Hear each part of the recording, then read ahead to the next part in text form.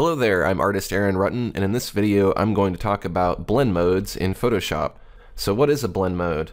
A blend mode is a way to control how one layer blends with another layer in your composition. So maybe I want this top rainbow layer to blend with the bird in a certain way. Maybe I want it to blend lighter so that you can see more of the bird. I could also have it blend darker, or I could change it to something like overlay and do a mixture of the two. And you can really just experiment with all of these to figure out what they do, because you're going to get a lot of different results depending on the images that you combine. But basically they're broken up into categories. You have normal and dissolve. Dissolve doesn't always do anything. I rarely use dissolve, if at all. I don't think I've ever used it actually. The second category is for darkening. So darken does what it says. It's going to darken the top layer with the bottom layer. So it basically makes them both kind of semi-transparent and adds their dark values together. Multiply is also a darkening effect. It has a similar effect. Linear burn and darker color. So these are all dealing with dark values. They're multiplying the dark values and excluding the white values. So anything that's white generally doesn't really show up. Like these lighter areas tend to disappear.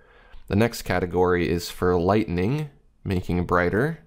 So we'll try lighten. That does what it says it's going to do. It's lightening. So it's doing the opposite of the last category, where it's multiplying the light values with the top piece with the light values in the bottom piece and excluding the dark values. So for instance here, where there's this black area, normally this black is basically just going to become invisible when we set this to screen, as you can see here. And we have color dodge and linear color and so on. The next category does both lightening and darkening to the images. So overlay kind of does a little bit of both. It lightens and darkens together. Soft light does the same.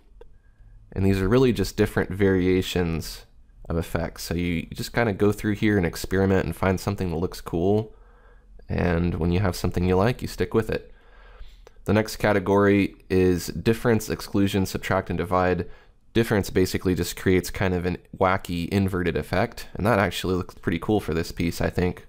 And exclusion does something similar. Subtract. And then the last category is for colorizing. So hue will just kind of tint the color from the image above it. Saturation will multiply the saturation values, and color will colorize it. So you can see where it was black on the top image, it just made it black and white, and then anywhere where there was color, it added color to that image below it. So I think out of all these options, I kind of liked difference the best. That had the most interesting effect.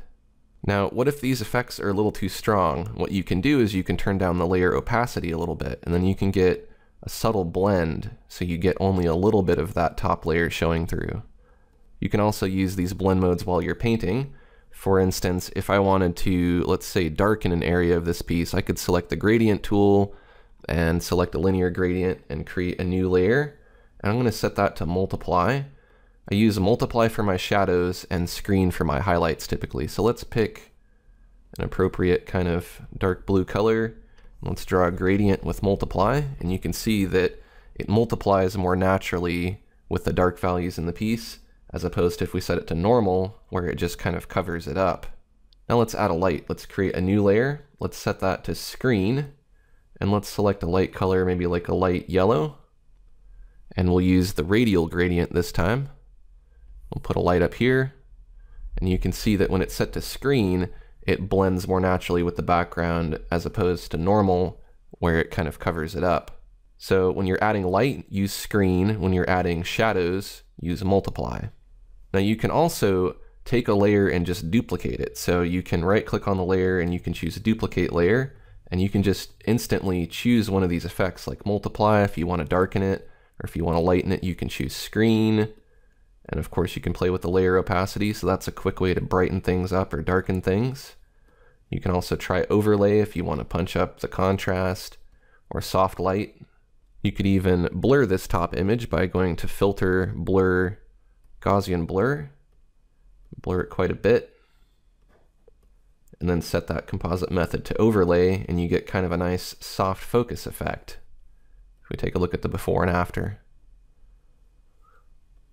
You can also use these blend modes to desaturate your artwork you could create a new layer and you could fill that with black. And you can set that blend mode to color.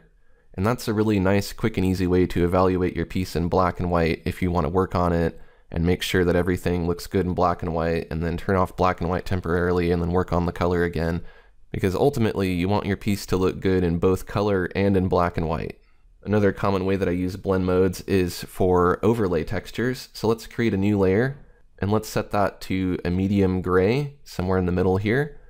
And we'll go ahead and fill that layer with gray, and we'll set the blend mode to overlay. Now overlay basically just makes that particular neutral gray color disappear, and it will only show you lighter and darker colors that you add.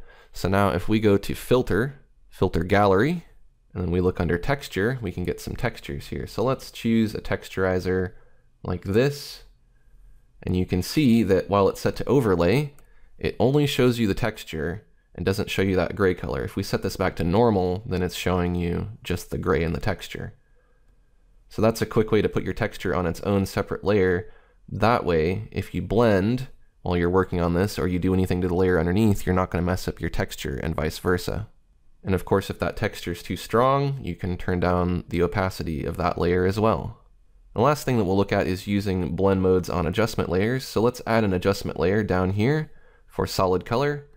Let's pick just any color here, and let's change the blend mode to multiply. You can see you get kind of a cool effect there. If we set it to screen, you get another kind of interesting effect. If we set it to overlay, you get an entirely different effect. So you can do a lot with these blend modes to really enhance your artwork and give it a little more character. And I love doing this towards the end of paintings just to really make them come together. Alright, so I hope you learned a lot about blend modes today. If you found this information helpful, take a quick second to like this video and share it with your friends. And if you're new to my channel, click that subscribe button to get updates when I release new videos. Thanks for watching, and I'll see you next Thursday for another Photoshop tutorial.